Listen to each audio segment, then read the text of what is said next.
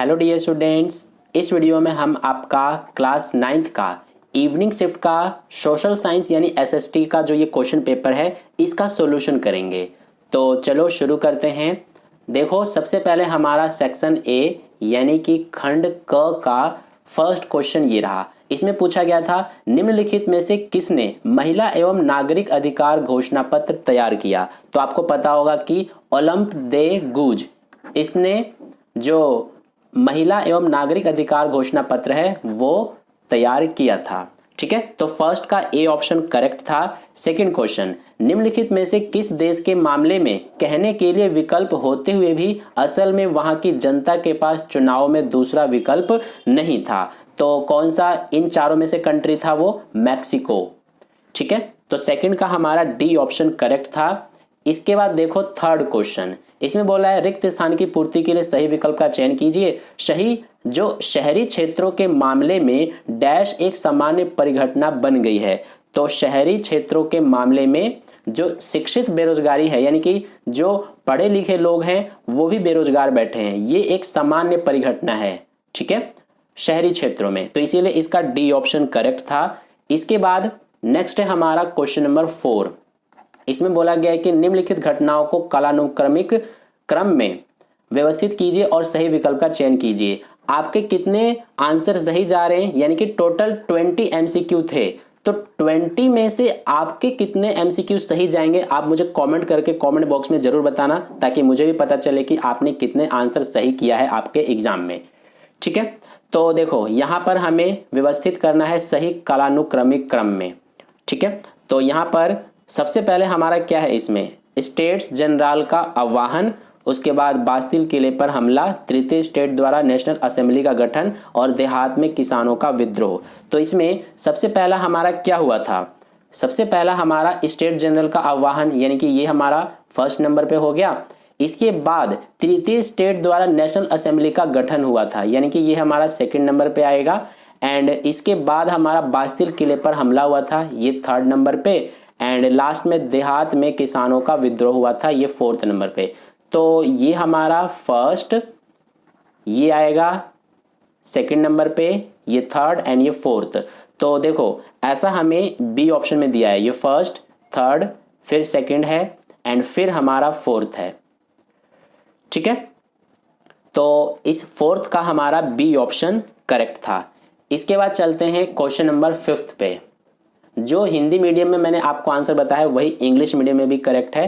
5th question में बोला है कि निम्नलिखित में से कौन सा कथन लोकतंत्र में कमी नहीं है। तो यहां पर इसमें नेता बदलते रहते हैं, ये तो हमारा सही है। ठीक है, एंड यह राजनीतिक लड़ाई और सत्ता का खेल है, ये भी सही है। इसमें सभी निर्णय जल्दी लिए जाते हैं, ये सही नहीं है, यानी कि पहला और दूसरा हमारा सही है, यानी कि ये रहा सी ऑप्शन इसका करेक्ट हो जाएगा। ठीक है, इसके बाद नेक्स्ट है क्वेश्चन नंबर 6, निम्नलिखित में से कौन सा कथन बेरोजगारी के विषय में सही नहीं है। तो बेरोजगारी से आर्थिक बोझ में कमी आती है, क्या ये सही है? ये हमारा सही नहीं है। ठीक है, समाज की गुणवत्ता पर बुरा प्रभाव होना, ये तो हमारा बेरोजगारी के विषय में सही नहीं है, ये हमसे बोला गया है। तो बेरोजगारी के विषय में ये तो हमारा सही है। परिवार मात्र जीवन निर्वाह के स्तर पर रहना, तो ये भी सही है। परिवार के स्वास्थ्य स्तर में गिरावट आना, ये भी सही है। लेकिन बेरोजगारी से आर्थिक बोझ में कमी आती है, ये कहीं से भी सही नहीं है, यानी कि हमारा आंसर ये हो जाएगा ए ऑप्शन। ठीक है, इसके बाद 7th क्वेश्चन, निम्नलिखित में से कौन सा युग्म सही सुमेलित नहीं है। उत्तरी मैदान में जलोढ़ निक्षेप पाया जाता है, ये सही है। मरुस्थल में बालू के टिब्बे पाए जाते हैं, ये भी सही है। एंड प्रायद्वीपीय पठार, क्या प्रायद्वीपीय पठार में अवसादी शैल होते हैं? नहीं, यानी कि यही हमारा आंसर हो जाएगा। ठीक है, ये सही सुमेलित नहीं है, सही ये हमारा नहीं दिया गया है, तो इसीलिए 7th का बी ऑप्शन करेक्ट हो जाएगा। नेक्स्ट है हमारा क्वेश्चन नंबर 8, निर्धनता के सामाजिक सूचकों की पहचान करके सही विकल्प का चयन कीजिए। तो क्वेश्चन नंबर 8 का मैं आपको आंसर बता देता हूं। देखो यहां पर इसका सी ऑप्शन करेक्ट हो जाएगा, निरक्षरता स्तर की कमी, स्वास्थ्य सुविधाओं का बेहतर होना, रोजगार के अवसरों की कमी एंड सुरक्षित पेयजल की कमी। तो इनमें से हमें क्या बताना था कि निर्धनता के सामाजिक सूचकों की पहचान करने को बोला गया था। तो रोजगार के अवसर में कमी हो जाती है एंड सुरक्षित पेयजल की कमी हो जाती है, यानी कि थर्ड एंड फोर्थ यानी सी ऑप्शन इसका करेक्ट था।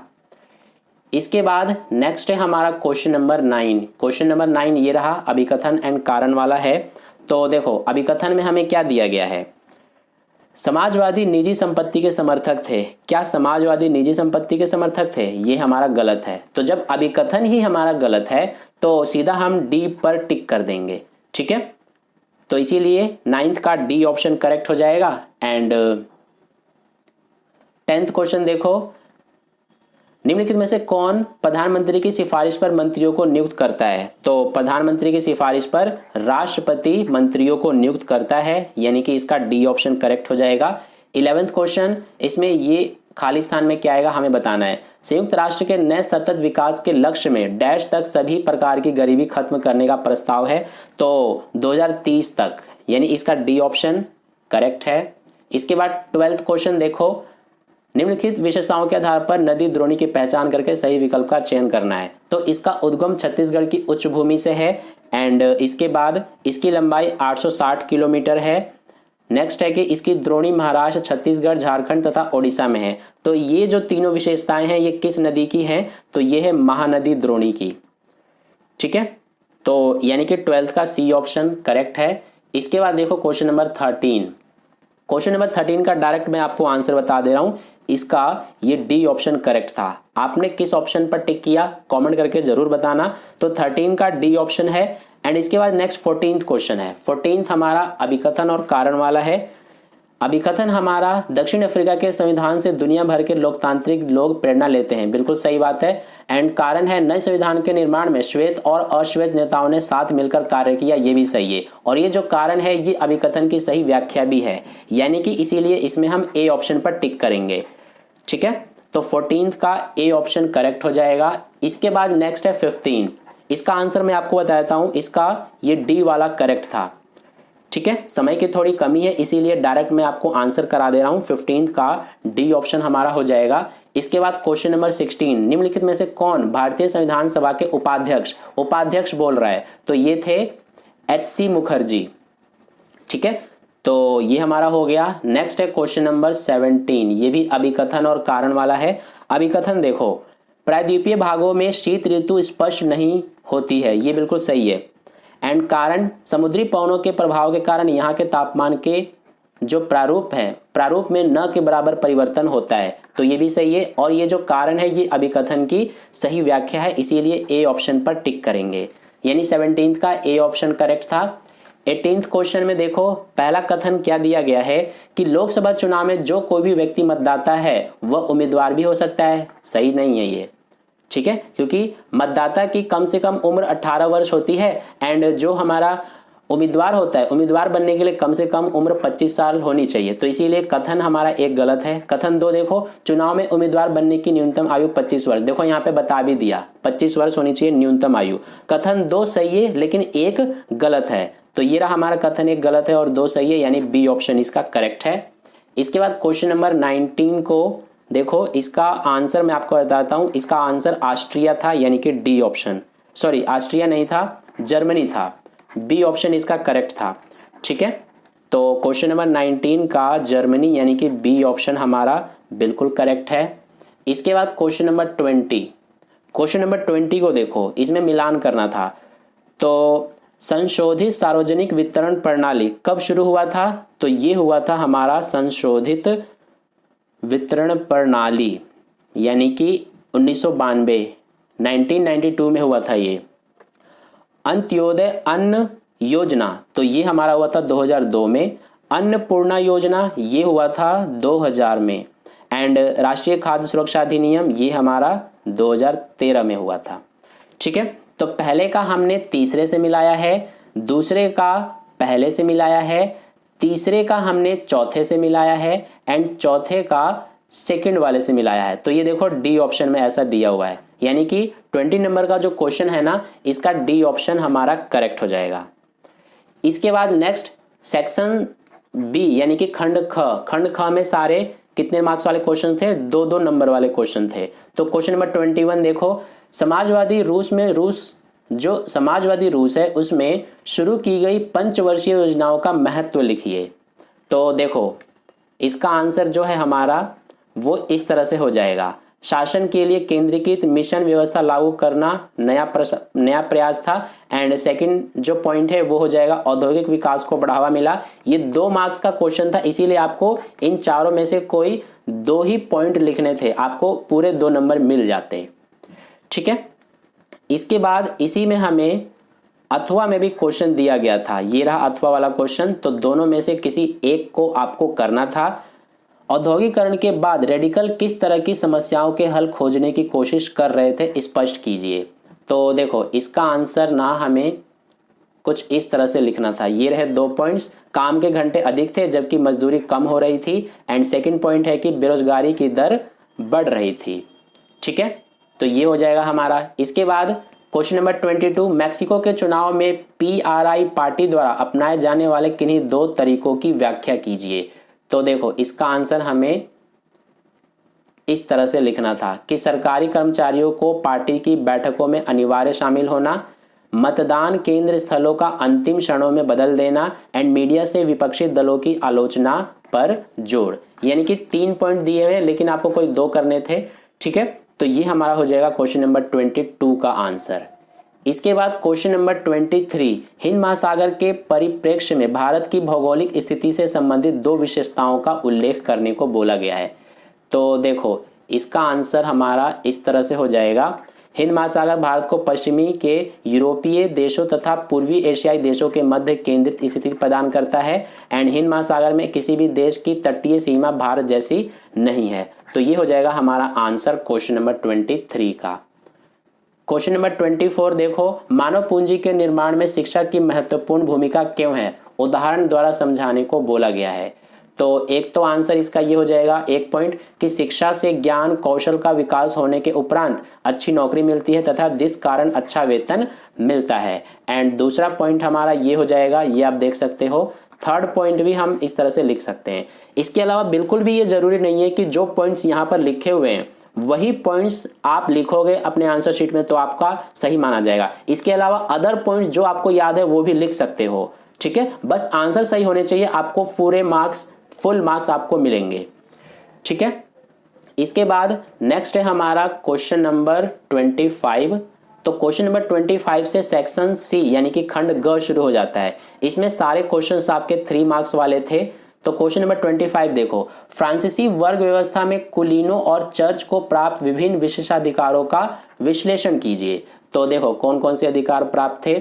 एक तो हमारा ये हो जाएगा कि राज्य को दिए जाने वाले कर से छूट मिली थी उन्हें। एंड कुलीनों द्वारा किसानों से सामंती कर वसूलना ये भी था। एंड थर्ड पॉइंट हो जाएगा किसानों द्वारा सामंतों की सेना, घर व खेत, सैन्य, सड़क निर्माण में बाध्य रूप से करना। ठीक है, तो ये हमारा हो जाएगा इसका आंसर। इसके बाद इसी क्वेश्चन में यानी कि 25 नंबर के क्वेश्चन में अथवा में भी हमें दिया गया था, ये रहा अथवा वाला क्वेश्चन हमारा ये रहा। इसका आंसर मैं आपको दिखा देता हूं। इसका आंसर हमें इस तरह से लिखना था। ये 3 मार्क्स का क्वेश्चन था, इसीलिए आपको कोई 3 पॉइंट्स ही इनमें से करने थे। ठीक है, ये हमारा पूरा आंसर है, तो इसे आप देख सकते हो। इसके बाद नेक्स्ट है क्वेश्चन नंबर 26। भारत का वायु दाब और पवन तंत्र अनोखा है, कथन को न्याय संगत ठहराइए। तो देखो इसका आंसर हमें कुछ इस तरह से लिखना था। शीत ऋतु, उत्तर पूर्वी मानसून, हिमालय के उत्तर में उच्च दाब से यहाँ की हवाएं दक्षिण में निम्न दाब वाले महासागरीय क्षेत्र के ऊपर बहती है। एंड आगे इसका पॉइंट हम इस तरह से लिख देंगे ग्रीष्म ऋतु के बारे में ये पूरा। एंड ये हमारा पूरा इसका आंसर हो जाएगा। ठीक है, तो ये था क्वेश्चन नंबर 26। क्वेश्चन नंबर 27 देखो, रूस में जार द्वारा अपने ऊपर किसी भी तरह के अंकुश या जवाबदेही को समाप्त करने के लिए उठाए गए कदमों का विवेचन कीजिए। तो देखो इसका आंसर ये हो जाएगा कि 1905 में जार ने ड्यूमा के गठन की सहमति दी थी। एंड 1905 में अनाधिकृत ट्रेड यूनियनों व फैक्ट्री कमेटियों को गैर कानूनी घोषित किया गया। एंड पहली ड्यूमा 75 दिन व दूसरी 3 माह में बर्खास्त की गई थी। एंड फोर्थ पॉइंट में हम ये भी लिख सकते हैं कि तीसरी ड्यूमा में समर्थक रूढ़िवादी राजनेताओं को भर डाला। ठीक है, इनमें से कोई 3 पॉइंट्स ही आपको करने थे, यहाँ पर 4 पॉइंट्स दिए हुए हैं। नेक्स्ट क्वेश्चन है हमारा क्वेश्चन नंबर 28। ये रहा क्वेश्चन नंबर 28, इसको आप रीड कर लेना। इसका आंसर मैं आपको दिखा देता हूं, ये हो जाएगा इसका आंसर। ठीक है, तो ये है क्वेश्चन नंबर 28 का आंसर। नेक्स्ट है हमारा क्वेश्चन नंबर 29। आपदा से खाद्य सुरक्षा पर पड़ने वाले प्रभावों की समीक्षा कीजिए। तो आपदा से कौन कौन से प्रभाव पड़ते हैं खाद्य सुरक्षा पर, वो हमें बताना था। तो देखो, आपदा के कारण खाद्यान्न की जो कुरल उपाय है उसमें गिरावट आती है, एंड खाद्य कमी के कारण कीमतें बढ़ जाती है, एंड भुखमरी की स्थिति भी बन जाती है आपदा के लंबे समय तक रहने से। इसके अलावा बफर स्टॉक में कमी आ जाती है। ठीक है, नेक्स्ट है हमारा इसके बाद क्वेश्चन नंबर 30। तो क्वेश्चन नंबर 30 देखो, यहां से सेक्शन डी शुरू हो जाता है, यानी खंड घ। इसमें सारे क्वेश्चन 5 नंबर वाले थे। तो पहला है इसमें, वाइमर गणराज्य को अस्थिर बनाए रखने में वाइमर संविधान की भूमिका का मूल्यांकन कीजिए। ठीक है, तो इसका आंसर देखो हमें किस तरह से करना था। ये रहा हमारा क्वेश्चन नंबर 30 का आंसर। वाइमर संविधान की कुछ कमियां, ये पॉइंट है, ये पॉइंट है, एंड बाकी का हमारा ये है। ठीक है, ये पूरा है, आप देख सकते हो। इस तरह से आपको कुछ आंसर आपका लिखना था। ठीक है, एंड बाकी का यहां पर है। इसके बाद इसी क्वेश्चन में देखो, हमें ना यहां पर अथवा में भी दिया गया था। ये रहा अथवा वाला क्वेश्चन। तो इसमें जर्मनी में नात्सीवाद के दौरान स्कूलों पर पड़ने वाले प्रभावों का मूल्यांकन करने को बोला गया था। तो इसका आंसर देखो इस तरह से हम लिख सकते थे, सभी स्कूलों में सफाई और शुद्धिकरण की मुहिम चलाई गई। यहूदी व राजनीतिक रूप से अविश्वसनीय शिक्षकों को नौकरी से हटा दिया गया, एंड जर्मन व यहूदी बच्चों को अलग अलग बिठाया गया व साथ खेलने से रोका गया। इसी तरह से 4th पॉइंट हमारा ये हो जाएगा। ठीक है, इसके बाद 5th पॉइंट ये है हमारा कि स्कूल की पाठ्य पुस्तकों को नए सिरे से लिखा गया, एंड 6th पॉइंट ये हो जाएगा। 6 पॉइंट है, हालांकि आपको कोई 5 पॉइंट्स करने थे क्योंकि ये हमारा 5 मार्क्स का क्वेश्चन था। ठीक है, नेक्स्ट है हमारा क्वेश्चन नंबर 31। इसमें बोला गया था कि लोकतंत्र की स्थापना के लिए अधिकारों का होना अति आवश्यक है। उपयुक्त तर्कों सहित कथन की समीक्षा कीजिए। तो देखो इसका आंसर हमें कुछ इस तरह से लिखना था। ठीक है, ये हमारा हो जाएगा क्वेश्चन नंबर 31 का आंसर, एंड बाकी का ये रहा। ठीक है, इसके बाद इसी क्वेश्चन में हमें अथवा में भी दिया गया था। ये रहा हमारा अथवा, एंड अथवा वाला क्वेश्चन ये रहा, दैनिक जीवन में समानता के अधिकार की भूमिका का उदाहरणों सहित विश्लेषण कीजिए। तो समानता के अधिकार का उदाहरण सहित विश्लेषण करने को बोला था। तो ये रहा, सभी व्यक्तियों के लिए हर कानून समान रूप से लागू होता है, एंड वैधानिक रूप से किसी भी व्यक्ति को जन्म या पद के आधार पर विशेषाधिकार प्राप्त नहीं है। इसके अलावा दोषी होने पर आम व्यक्ति व खास व्यक्ति से एक जैसा व्यवहार किया जाता है, एंड इसके अलावा तो इतने ही पॉइंट्स यहाँ पर हैं। इसके बाद क्वेश्चन नंबर 32। तो क्वेश्चन नंबर 32 देखो, ये रहा हमारा, निर्धनता किसे कहते हैं। निर्धनता से संबंधित सर्वाधिक असुरक्षित समूहों का विश्लेषण कीजिए। तो देखो निर्धनता के बारे में ये रहा हमारा, निर्धनता का अर्थ है न्यूनतम आवश्यकताओं को पूरा न कर पाने पर असहायता की भावना के साथ जीना व असम्मान की स्थिति का भय रहना। ठीक है, तो यहाँ पर सर्वाधिक असुरक्षित समूह ये दे रखे हैं, एंड आवश्यकताओं को पूरा करने में 100 में वह लोग जो अपनी आवश्यकताओं को पूरा करने में असमर्थ हैं। तो यहाँ पर आप देख सकते हैं 100 में से है ये। ठीक है, इसके बाद इसका बाकी का आंसर यहाँ पर है, उपरोक्त परिवार भूमिहीन, अनियत, दिहाड़ी श्रमिक होना जैसी दोहरी असुविधा की समस्या से अधिक रूप से ग्रस्त रहते हैं। इन समूहों में महिलाओं, वृद्ध लोगों और बच्चियों की स्थिति भी अच्छी नहीं है। ठीक है, इसके बाद इसी में हमें अथवा में भी दिया गया था। ये रहा हमारा अथवा वाला क्वेश्चन, सरकार द्वारा शुरू किए गए प्रमुख निर्धनता उन्मूलन कार्यक्रमों का मूल्यांकन कीजिए। तो देखो, एक तो हमारा ये हो जाएगा शिक्षा में निवेश, स्वास्थ्य सेवाओं में निवेश। महात्मा गांधी राष्ट्रीय ग्रामीण रोजगार अधिनियम 2005 शुरू किया गया था। इसके अलावा प्रधानमंत्री रोजगार योजना, प्रधानमंत्री ग्रामोदय योजना, एंड अंत्योदय अन्न योजना, ये सब शुरू किया गया था। ठीक है, इसके बाद इसका यहाँ पर बाकी दिया हुआ है, एंड ये रहा हमारा बाकी का आंसर। ठीक है, नेक्स्ट है हमारा क्वेश्चन नंबर 33। तो क्वेश्चन नंबर 33 में बोला है गंगा नदी के अपवाह तंत्र की विश्लेषण कीजिए। तो यहाँ पर ये रहा हमारा, गंगा की लंबाई 2500 किलोमीटर है जो भारत में बहने वाली सबसे बड़ी नदी है। इसके अलावा गंगा की मुख्य धारा भागीरथी, गंगोत्री, हिमानी से निकलती है तथा अलकनंदा उत्तराखंड के देवप्रयाग में इससे मिलती है। इसी तरह से ये 3 पॉइंट्स दिए हैं। ठीक है, इसके बाद इसमें हमारा अथवा में भी क्वेश्चन है। ये रहा अथवा में क्वेश्चन, नदियों का जल अनेक मानवीय क्रियाकलापों के लिए अनिवार्य है, कथन की मूल्यांकन कीजिए। तो देखो इसका आंसर इस तरह से हमें लिखना था, यह कृषि के लिए आवश्यक है, यह नौ संचालन के लिए आवश्यक है, यह जल विद्युत निर्माण में सहायक है, इसके अलावा मानव जाति के साथ साथ जीव जंतु जगत के लिए पीने जल प्रदान कराती है। एंड 5th पॉइंट है, विभिन्न प्रकार की दैनिक गतिविधियों के लिए नदियों का जल उपयोग में लाया जाता है। ठीक है, तो ये हमारा था क्वेश्चन नंबर 33। इसके बाद क्वेश्चन नंबर 34 से हमारा सेक्शन ई शुरू हो जाता है। इसमें हमें ये अनुच्छेद दिया गया था एंड इसके बेस पे क्वेश्चंस पूछे गए थे, उनके आंसर करने थे। इसी तरह से क्वेश्चन नंबर 35 एंड 36 था, तो इनको आपने कर लिया होगा। ठीक है, इनके आंसर अभी मैं नहीं करा रहा हूँ। इसके बाद हमारा नेक्स्ट था मैप वाला क्वेश्चन। देखो यहाँ पर जो वर्ल्ड का मैप था उसमें इन दोनों को लोकेट करना था एंड इंडिया के मैप पे इन चारों में से कोई 3 को लोकेट करना था। ठीक है, तो ये आपने कर दिया होगा। तो ये हमारा पूरा पेपर था जिसका आंसर मैंने आपको करा दिया है। तो वीडियो को एक लाइक कर देना, अपने दोस्तों के साथ भी जरूर शेयर कर देना ताकि उन्हें भी बेनिफिट मिले, उन्हें भी पता चले कि उन्होंने कितने क्वेश्चंस के आंसर सही किया है और कितने में मिस्टेक हुई है। आपके कितने मार्क्स बन सकते हैं 80 में से, आप मुझे कमेंट करके बता देना। ठीक है, तो मिलते हैं फिर नेक्स्ट वीडियो में। चैनल को आपने सब्सक्राइब नहीं किया तो सब्सक्राइब करके बेल आइकन प्रेस जरूर कर लेना।